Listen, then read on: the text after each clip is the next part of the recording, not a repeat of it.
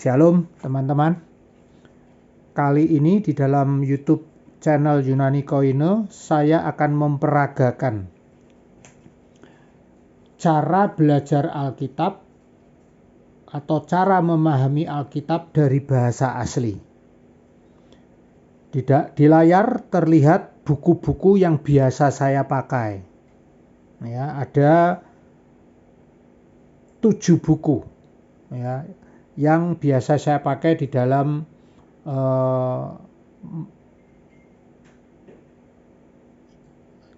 sesi-sesi di dalam YouTube Yunani Koine ya.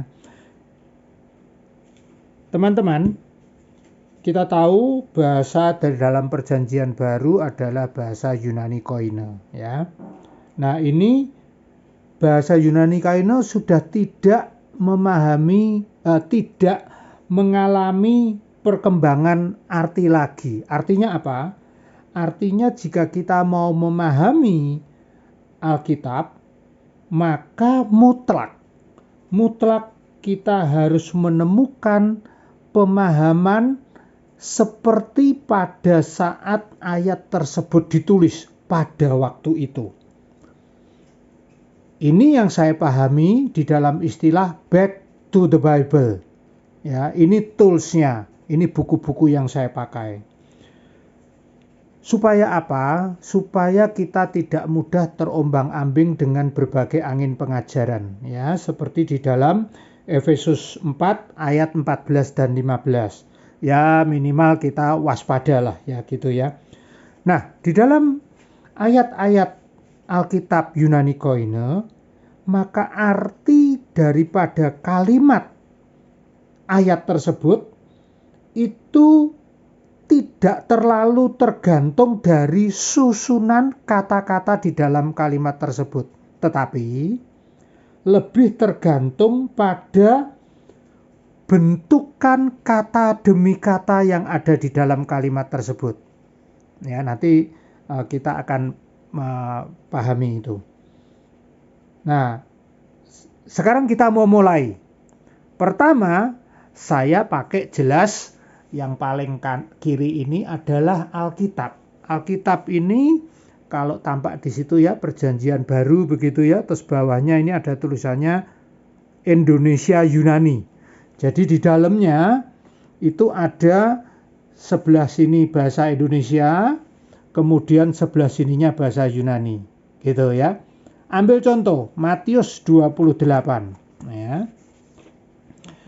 Maka di sini Matius 28 saya ambil contoh ayat 19 yang berbunyi, karena itu pergilah, jadikanlah semua bangsa muridku dan baptislah mereka dalam nama Bapa dan Anak dan Roh Kudus, dan ajarlah mereka melakukan segala sesuatu yang telah kuperintahkan kepadamu, dan ketahuilah aku menyertai kamu senantiasa pada akhir zaman. Ya. Untuk kali ini saya hanya mengambil kata pergilah.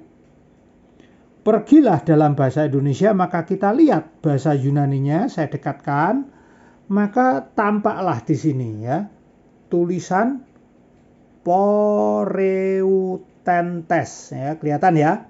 Poreutentes yang saya garis bawahi ini. Ini bahasa asli daripada pergilah. Nah, setelah kita tahu poreutentes bahasa aslinya itu, maka kita melihat ke dalam buku yang kedua, yaitu Vines. Ya, Vines ini ya. Vines di dalam Vines ini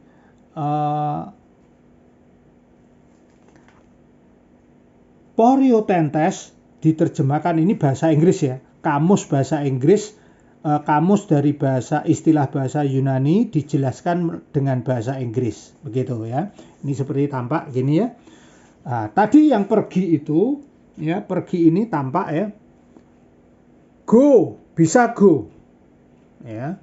Tetapi juga bisa depart, berangkat, atau bisa walk. Walk itu dalam arti jalan, itu bisa diterjemahkan dengan pergi. Nah, kalau kita lihat dari kata go, ya, go ini, maka kita lihat coba teman-teman, go ini ya di sini ya. Nah, ini ya go. Jelas ya? Maka di sini kelihatan dari go ini, maka ada nomor 1 Porio Ome gitu ya. Terus ada nomor 2, nomor 3. Di sini ada sampai 30 kosakata bahasa Yunani yang bisa diterjemahkan dengan kata pergi dalam bahasa Indonesia. Ya, terakhir nomor 30 adalah epikeireo. Begitu ya. Ditambah dengan catatan-catatan ini di bawah ini. Nah, itu baru pergi 30. Nah, bisa juga kita ambil pemahamannya dari depart atau berangkat. Karena di situ juga mengandung arti porio ome. Ya, porio tentes itu tadi. Ya, porio tentes. Coba depart kita lihat ya. Depart ya, depart. Kelihatan ya, ya depart. Nah, ini di part ini ada 22 kosakata yang bisa diterjemahkan dengan kata pergi.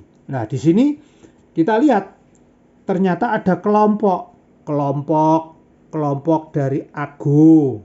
Ya, ini bahasa Yunani. Kemudian ada kelompok dari erkomai, ya, kelihatan ya. Dan seterusnya ada 6 kelompok yang ada di buku ini dan semuanya bisa diterjemahkan ke dalam bahasa Indonesia dengan pergi gitu ya. Kemudian kita lihat walk, jalan ya. Nah, ini walk, jalan. Ya, ketemu ya, walk, jalan ya. Nah, walk, jalan ini ada 6. Ada 6 ya, 6 kata yang bisa diterjemahkan dengan jalan atau pergi di dalam bahasa Indonesia. Pertanyaannya adalah yang mana, kan gitu, banyak sekali kan ini. Nah, kemudian dari situ teman-teman, maka kita melihat buku yang selanjutnya yang saya tunjuk. Ya, ini Analytical Greek New Testament. Ya, saya dekatkan supaya teman-teman bisa baca, ya, bisa melihat. Nah, ini terbitan dari Baker Book House ya. Grand Rapids, Michigan. Ini adalah produsen percetakan buku yang terkenal ya. Nah, dari sini kita mencoba melihat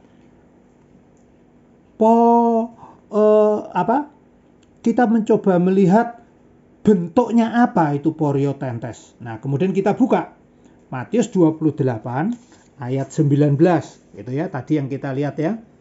Ini ayat 19 gini ya. Maka kelihatan poreo tentes. Nah, ternyata Matius 28:19 yang dimaksud dengan pergi adalah poreo tentes. Ya. Di sini ada kode-kode. VRAONMYP. Nah, V di sini adalah verba atau kata kerja. Nah, jadi jelas pergilah adalah kata kerja, poreo tentes. Begitu ya. Nah, kemudian di sini ada kode-kode poreo tentes ini yang nanti kita akan lihat kodenya bisa diterjemahkan dengan seperti ini, teman-teman. Ya. Nah, ini tulisan saya. Ya. Poreo tentes ya. Ini bacanya poreu tentes ya, poreu tentes. Ya. Maka terjemahan dari lambang-lambang tadi adalah verba, partisip, aorist 1, nominatif, maskulin, jamak. Nah, bagaimana mengartikan ini kata-kata ini? Ya, maka kita lihat buku yang ketiga. Buku yang keempat, Analytical Greek Lexicon. Ya, saya lihat dekat gini supaya kelihatan. Nah, ya, jelas ya. Nah, kemudian di sini saya mencoba melihat mana itu Poreutentes. Ya. Kemudian saya lihat di sini Poreutentes. Nah, Poreutentes ya.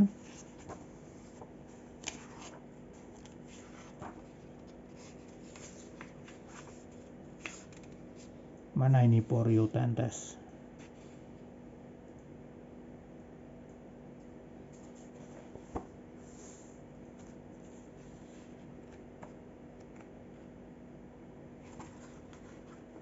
Nah, ketemu sekarang. Poreutentes. Nah, saya tunjuk ini ya, saya dekatkan. Kelihatan ya? Poreutentes. Nah, sekarang kelihatan ini. Kita tahu definisinya. Nom, nominatif tadi ya. Plural, jamak, maskulin, partisip auri satu. Sama ya dengan yang tadi ya. Yang kita lihat di buku yang ketiga. Ya. Nah, di sini ada tulisan idem. Artinya, Poreutentes ini berasal dari kata poreuomai. Poreuomai. Jelas ya? Kelihatan ya? Nah, sekarang kita tahu bahwa Poreutentes ini berasal dari poreuomai. Apa artinya 4198? Ya, apa artinya ini? Ini adalah kode strong concordance. Strong concordance. Nah, sebelum sampai ke strong concordance, apa ini artinya? Halaman 130, halaman 7781, begitu ya. Nah, ini kita perlu lihat buku yang selanjutnya, yaitu buku Wenham, ya, bahasa Yunani Koine. Ya, jelas ya. Nah, ini judulnya. Nah, di sini di dalam buku ini ada semuanya ada 64 bab. Ya, 64 bab mengandung arti daripada maksudnya verba, partisip, auri satu, nominatif, maskulin, jamak. Ya, ada di situ semua. Nah, ya. Kemudian dari situ kita melihat setelah ini buku ini ya, Wesley ini tadi kita tahu, kemudian kita lihat dari buku Wenham, kemudian kembali kepada kode 4198. Ya, sudah jelas tadi ya, Poreutentes ini tadi ya berasal dari kata poreuomai. 4198 ini bagaimana ketemu ini? Maka kita harus melihat strong concordance. Bagaimana caranya melihat strong concordance? Ya, ini adalah strong concordance. Ya, bukunya seperti ini.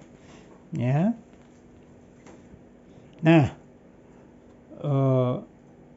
saya dekatkan ya, strong concordance. Ya, bentuknya seperti ini. Ya. Cukup tebal ya, semua buku-buku di sini cukup tebal ini yang saya perlihatkan kepada teman-teman. Ya. Nah, ini isinya konkordan bahasa Yunani dan bahasa Ibrani. Ya, tetapi karena kita sedang belajar perjanjian baru, maka saya hanya membuka yang perjanjian baru saja, yaitu bahasa Yunani Koine.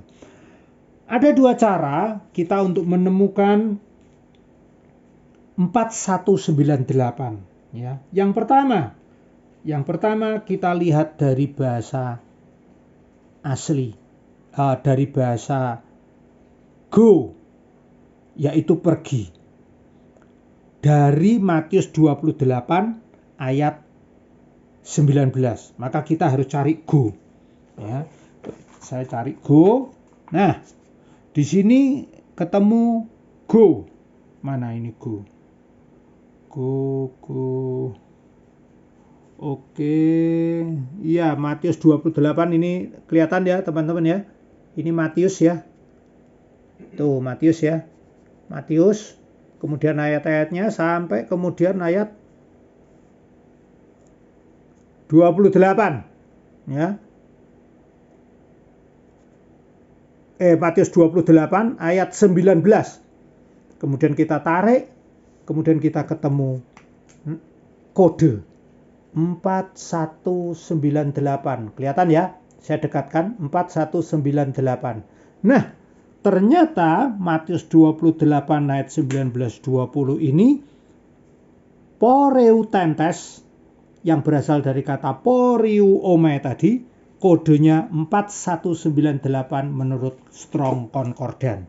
Langkah kedua, saya melihat dari bahasa Yunani yang di sini ya. Nah, ini kebetulan terbuka ini bahasa Ibrani ya. Bapak teman-teman ya. Tuh, kelihatan ya bahasa Ibrani. Beda ya. Nah, ini bahasa Ibrani ini. Tuh, ini bahasa Ibrani ya. Sekarang karena saya mau membuka bahasa Yunaninya. Bahasa Yunani, saya lihat dari Poreuome. Ya, mana ini Poreuome? Saya buka, saya cari Poreuome. Ini abjad ya, abjad bahasa Yunani ya. Seperti kamus gitu ya. Maka tinggal diurutin abjad bahasa Yunani sampai ke kata Poreuome. Nah, ketemu sekarang teman-teman. Ini ya. Nah, kelihatan ya. 4198 Poreuome. Gitu ya. Betul berarti. Ya, Poreuome 4198 yang ada di Matius 28 ya, ayat 19-20. Ya, ini sehubungan dengan tempatnya terbatas ya teman-teman ya.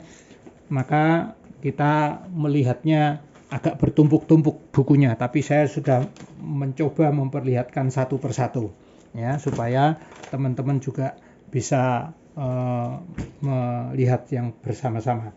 Nah, kemudian kita lihat yang terakhir, kita ambil buku Exegetical Dictionary volume 3 ya, saya dekatkan. Ini judulnya ya, kelihatan ya, volume 3 ya. Ini ada 3 volume memang. Nah, ini saya ambil yang volume 3. Saya mencari di sini Poreuome. Poreuome ya. Nah, ketemu. Poreuome, go, journey ya.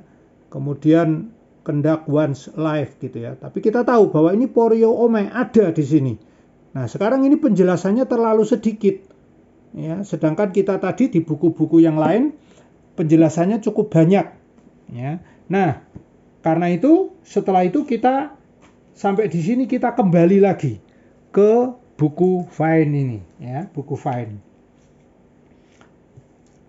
Dari sini maka kita akan tahu.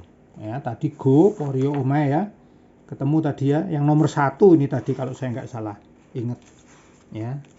Nomor 1 ini Poreuome ya, betul ya. Poreuome 1, go when. Nah, bagaimana dengan depart tadi? Nah, coba depart, ada nggak Poreuome?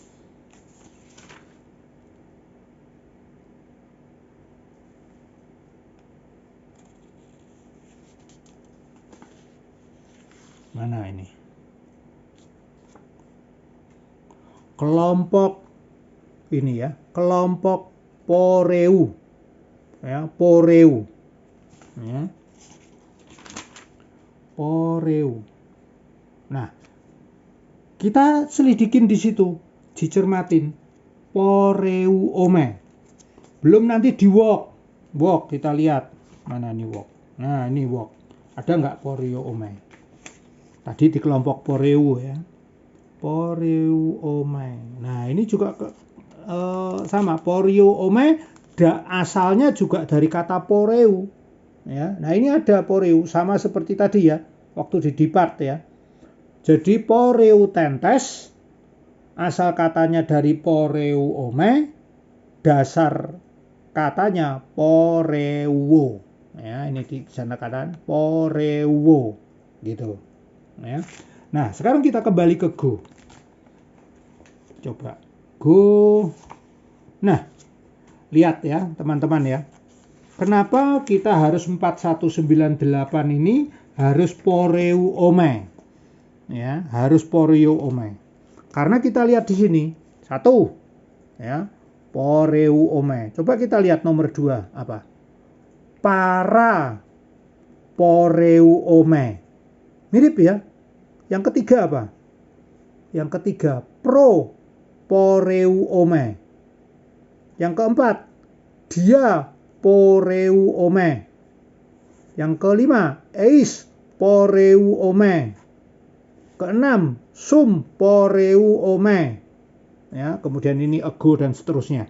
Berarti teman-teman dari buku-buku ini, ya. Oh, Alkitabnya belum di sini. Tumpuk-tumpuk tidak apa-apa ya, karena tempatnya terbatas.